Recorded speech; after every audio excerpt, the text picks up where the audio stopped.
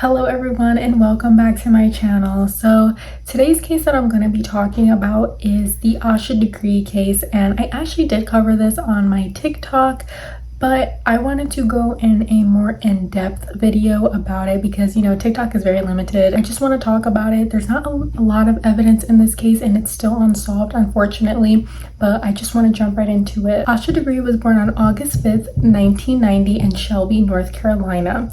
Her mother, Ikea and Harold Degree, loved Asha very dearly, and Asha had an older brother named O'Brien. Asha's family valued church and wanted their kids to just do well in school. They basically surrounded their kids with family and friends, and they were also very protective of them. They were very close to their extended family, and Asha just seemed like a very happy child. February 13th was a very normal Sunday for Asha and her family. They went to church along with their relatives and friends, and they had returned home at about 8 p.m. That particular night, Asha's mother actually put Asha and her brother O'Brien to bed, and Asha and O'Brien actually shared the room together.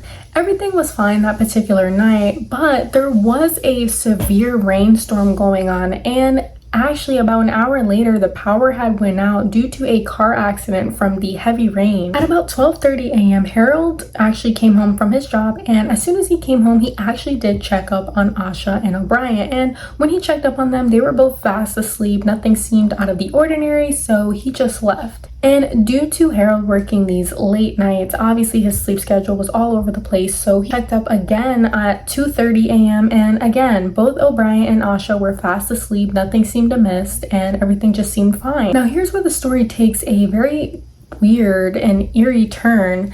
At about 3:45 a.m. to 4:15 a.m., Asha, who was only 9 years old, got up and packed a book bag where she put in her clothes and other particular items. What's also really eerie about this is that Asha's brother O'Brien, who was 10 years old at the time, heard Asha's bed squeak but thought that maybe she was just changing her sleeping position, and now looking back at it, she was actually getting up and leaving the home with her book bag. Obviously, none of the people in the house were aware that Asha had left the home, and at about 5:45 a.m., Asha's mother awoke and she went to go wake up the kids like she usually did to help them get ready for school, and when she went, she saw that Asha was nowhere to be found. Only O'Brien was left in the room, so obviously this caused huge panic for her, and she immediately ran to Harold and said that Asha was missing. Initially, Harold wasn't immediately alarmed. He had thought that maybe Asha decided to, you know, go see his mom, so he had made a phone call to his mother, but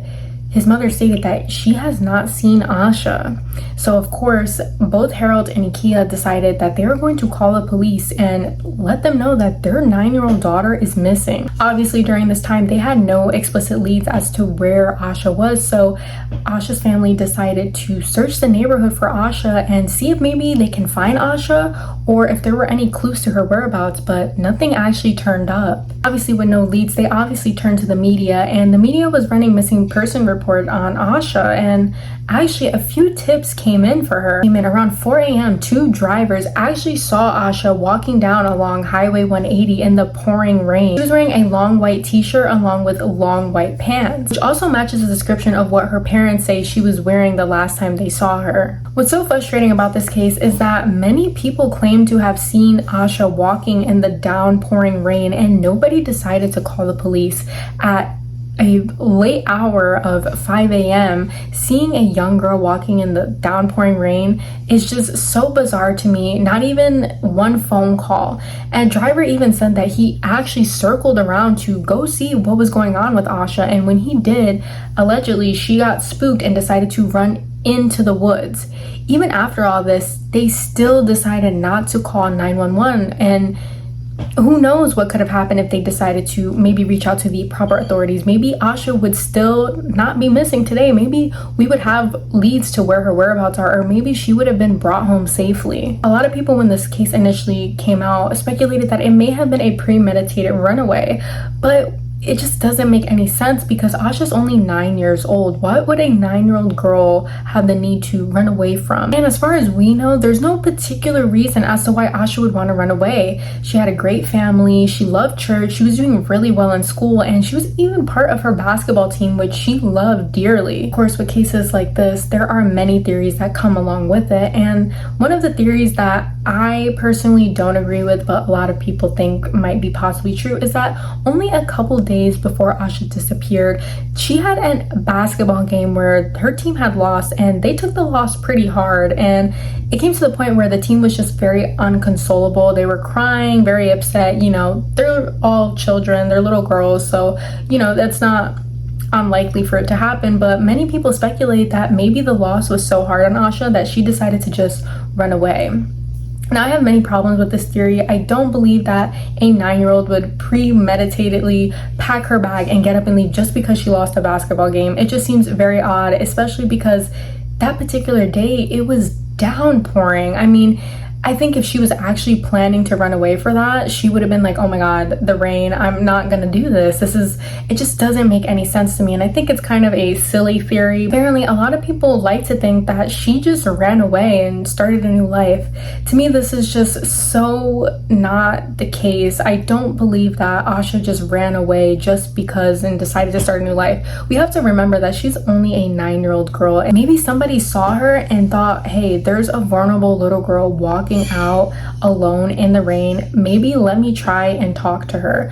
Anything could have possibly happened, and I don't think that a 9-year-old is capable of starting a brand new life. I think it's almost near as impossible without anybody seeing her. I also believe that maybe Asha was met with foul play. Maybe somebody lured her out of the house. Maybe a family friend, maybe somebody she knew. Maybe she was running away from something that nobody knows about. Maybe something was going on within the family, and this is all just speculation. Like I said, there's no evidence to go off of this, but it's just incredibly bizarre to me that a 9-year-old would decide, hey, I'm going to run away and just never come back. There has to have been some more evidence to this case to say why Asha decided to run away. Another theory is that before Asha disappeared, in her school, they were actually reading a book about running away.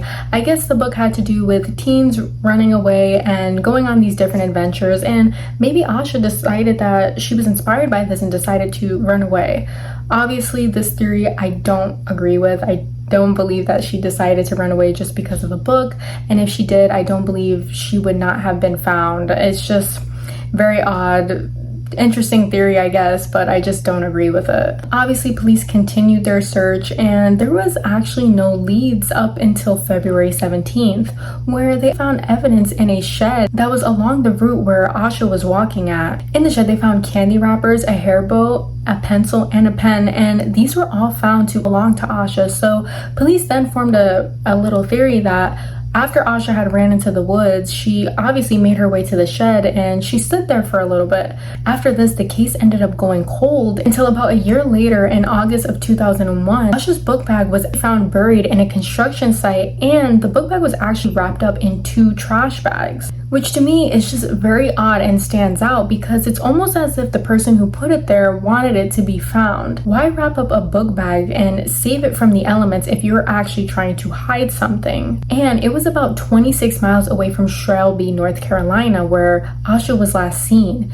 Everything about this just seems very suspicious, and the FBI actually took in the book bag to further test it for evidence, but the results of it have never been brought out into the public. What's also bizarre was that in the book bag there was a pair of clothes, basketball uniform, and pictures of her family.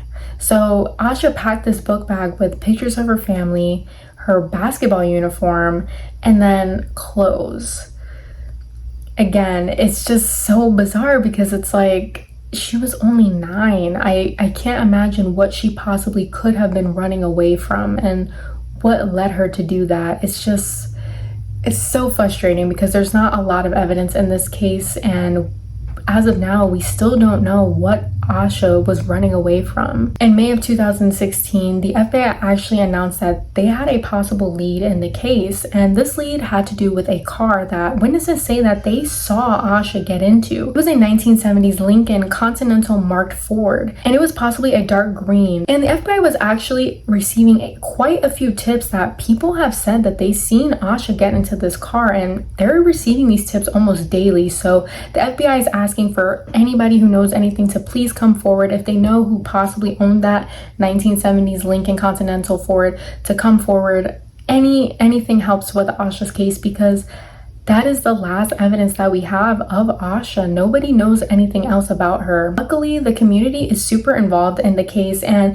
they continue to keep Asha's story alive. They even opened up a scholarship in her name and continue to do an annual walk for her. And I'm so happy to hear this, because this means that her story is still alive and well in North Carolina. But until then, guys, let me know your thoughts below. Have you guys heard of this case? This case is just so crazy. I really hope that we're able to find out what happened to Asha. And if you guys have any information, please reach out to the North Carolina police and to the proper authorities. Anything is important. It doesn't matter how little, how small, just come forward. Thank you guys so much, and stay tuned for more true crime. Bye, guys.